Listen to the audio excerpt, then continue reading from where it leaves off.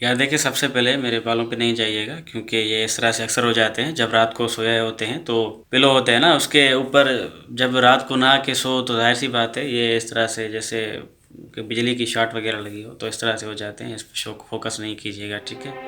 चलिए शुरू करते हैं स्टोरी।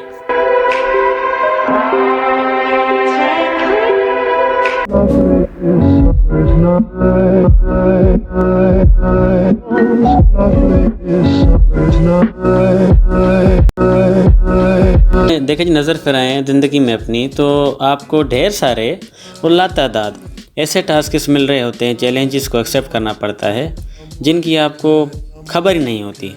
तो उनको आप किस तरह से एडजस्ट करेंगे? जाहिर सी बात है उनके लिए आप प्री प्लान्ड हों, ये बेस्ट तरीका है। Nothing is good without preparation और प्लानिंग, और nothing is good without plan. ये सारा सिनारियो देखने के बाद सारी सिचुएशन को, तो डिसीजन मेकिंग में इंसान को डिफ़िकल्टी होती है, जिस तरह से मुझे हो रही है। तो सारी चीज़ें एक ही वक्त पे मैनेज करना एक आसान बात नहीं है, एक बड़ा सा चैलेंज है। बहुत सारा काम करने की ज़रूरत होती है। उन सब परेशानियों में, प्रेशर्स में, और आपको एक छोटी सी उम्मीद की किरण नज़र आ रही होती है। जाहिर सी बात है कोई ना कोई ऐसा रास्ता ज़रूर होता है जो आपको मिल जाता है ढूंढने से। ऐसे ही मैंने अपने टाइम को मैनेज किया। यार भाई देखिए, मुझे काम करना है बहुत, 10 असाइनमेंट बनानी है, उसके अलावा मिड टर्म की तैयारी करनी है, उसके अलावा बाहर का काम भी है। यार सारे काम जो है ना एक ही जगह पर जो है ना इकट्ठे हो गए हैं। अभी सबको मैनेज करना पड़ेगा किसी न किसी तरह से। 10 असाइनमेंट्स हैं, उनके लिए जाहिर सी बात है थोड़ा सा टाइम ज़्यादा लगेगा, क्योंकि ऐसी वैसी असाइनमेंट नहीं बनानी भाई। असाइनमेंट्स को अच्छी बनानी है, तो टीचर्स को लगे भी कि भाई वाकई असाइनमेंट अच्छी बनाई हुई है। उसके अलावा प्रेजेंटेशंस भी देनी है, तो अच्छे से करना पड़ेगा। तो ऐसी बात है, सारी चीज़ें मैनेज। तो ऐसा करते हैं बैठ के। ठीक है जी, मेरे पास टाइम कम है, तो 10 असाइनमेंट्स बनानी है। 2 दिनों में 10 असाइनमेंट्स बनानी है।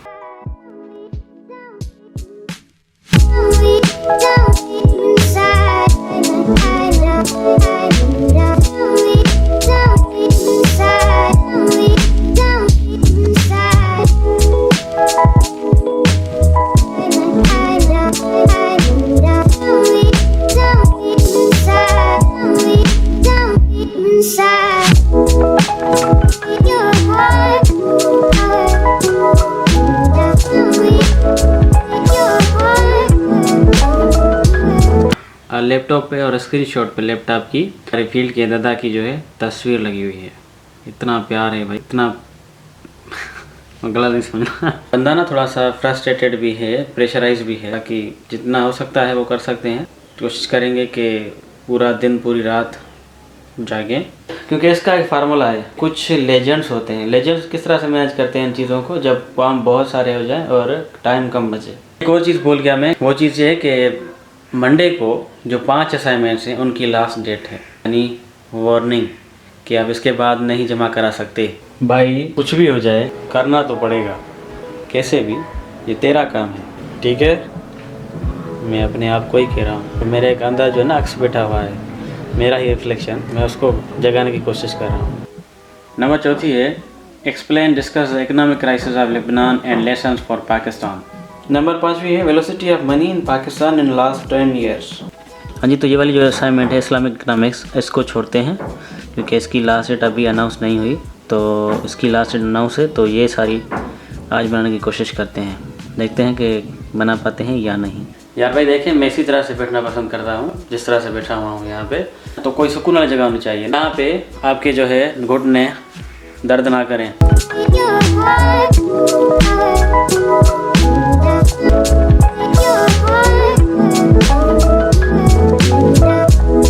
हाँ जी, तो पहली कौन सी असाइनमेंट थी?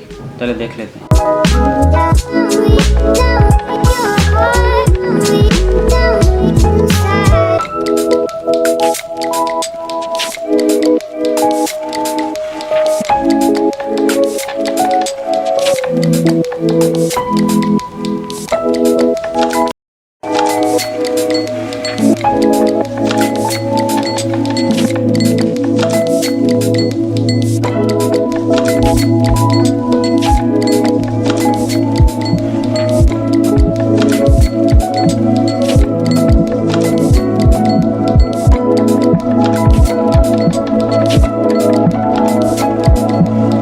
भाई देखें, लिटरली ये ना सोचें कि मैं कॉपी पेस्ट कर रहा हूँ। मेरा कोई एक तरीका होता है, मैं आपको दिखाता हूँ किस तरह से करता हूँ। अब देखें, ये मैंने वेबसाइट से देखें, यहाँ से मैंने vform.org, ठीक है, यहाँ से मैंने इसको कॉपी पेस्ट किया है, बिल्कुल किया है क्योंकि इसको मैं एक जगह पर पूरा कलेक्ट करूँगा। उसके बाद क्या करूँगा मैं,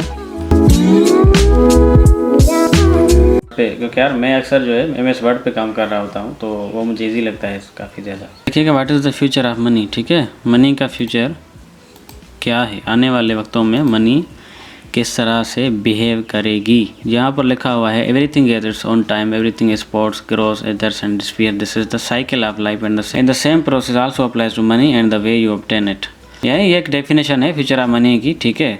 तो इसको मैं समराइज़ करके लिखता हूँ, यानी ये मैंने पढ़ लिया, इसको समझ लिया, ठीक है।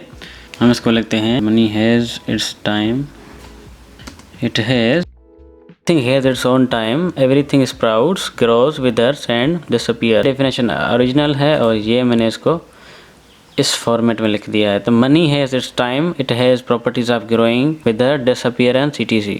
It is a cycle of life, यानी मतलब एक और लैंग्वेज दूसरी। इस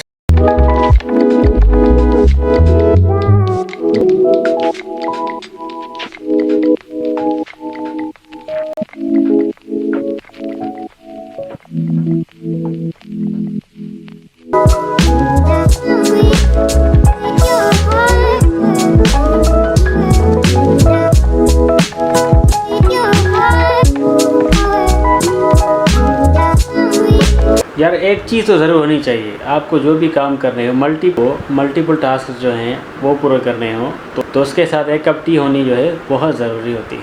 अब इतने सारे काम कर नहीं सकते ना इस चीज़ के बिना।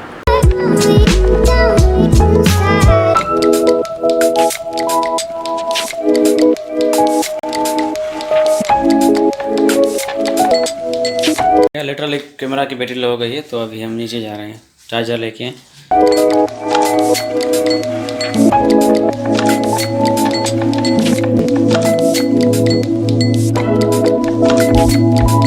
अजी तो मैंने बैटरी लगा ली है इस कैमरा की और अभी मोबाइल से करते हैं। यार मैं 5 घंटे से लगातार बैठा हूँ, अभी बज रहे हैं 5:55। यार मेरी एक आदत है कि मैं चाहता हूँ कि अगर कोई काम हो ना तो उसको पहले ख़त्म किया जाए, सुकून से बैठ के आराम से, फिर बंदा किसी और चीज़ के बारे में सोचे। मेरी रूटीन भाई यही है कि जब काम होता है ना कोई, तो मैं चाहता हूँ कि एक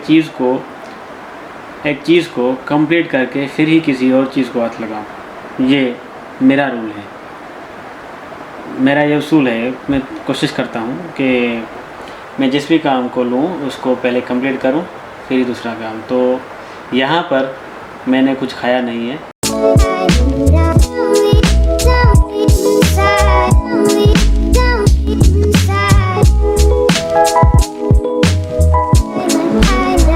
भाई देखें, असाइनमेंट बंदा बना रहा है तो इसलिए नहीं बना रहा कि बस बना के और टीचर को दे देनी है, नहीं। असाइनमेंट का ना असल में मकसद ये होता है कि आपको ज़्यादा पता है, उसको पढ़ के, उसको समझ के, ठीक है, तो उसको याद रख के फिर ही फ़ायदा होता है। उसको बना रहे मटेरियल, आपको कुछ समझ ना आए, आप उसको पढ़ें ही ना, तो फ़ायदा नहीं है ना उस चीज़ का। मिलाए हुए नंबर से इस वक्त रब्ता मुमकिन नहीं।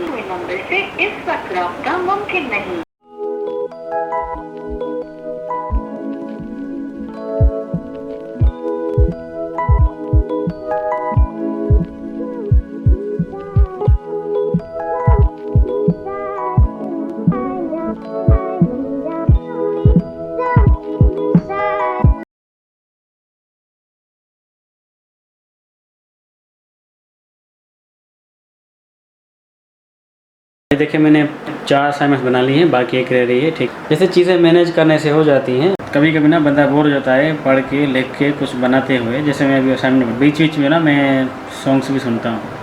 इससे क्या होता है कि रिलैक्सेशन, सुकून मिल जाता है बंदे को। थोड़ा ये थेरेपी है एक किस्म की कि आप बीच में जब फ्रस्ट्रेट हो जाएँ तो या बोर हो जाएँ तो सॉन्ग सुनने का ना पहले एक दो, तो आप फिर से उसी लाइन पे आ जाएंगे। You don't know what all my songs are about. When people collected, now look at I'm playing from it. I see your face.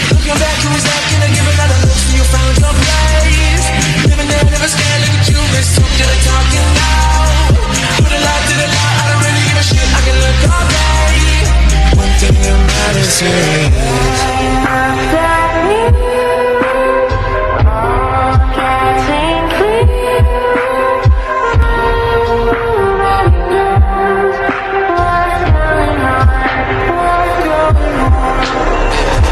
Yeah, they don't get this.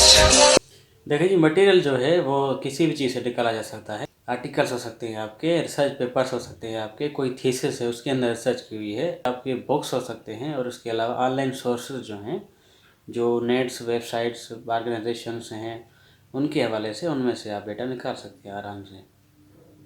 हाँ, समझिए बात।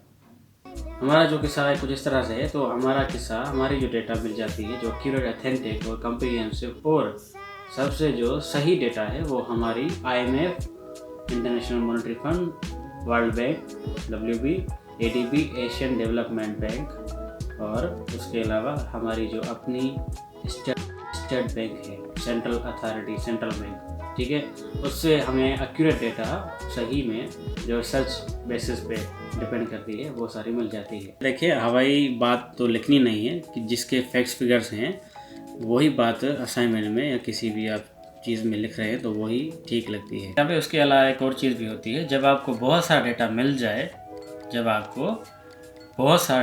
जाए तो उसको मैनेज करना मुश्किल हो जाता है। जितनी ज़्यादा आपको उसके बारे में नॉलेज होगी उतना ज़्यादा आपको उस डेटा को पर्टिकुलरली, स्पेसिफिकली आपके टॉपिक से रिलेटेड आपको निकाल के निचोड़ उसका आप अपने असाइनमेंट में डाल देंगे, ठीक है।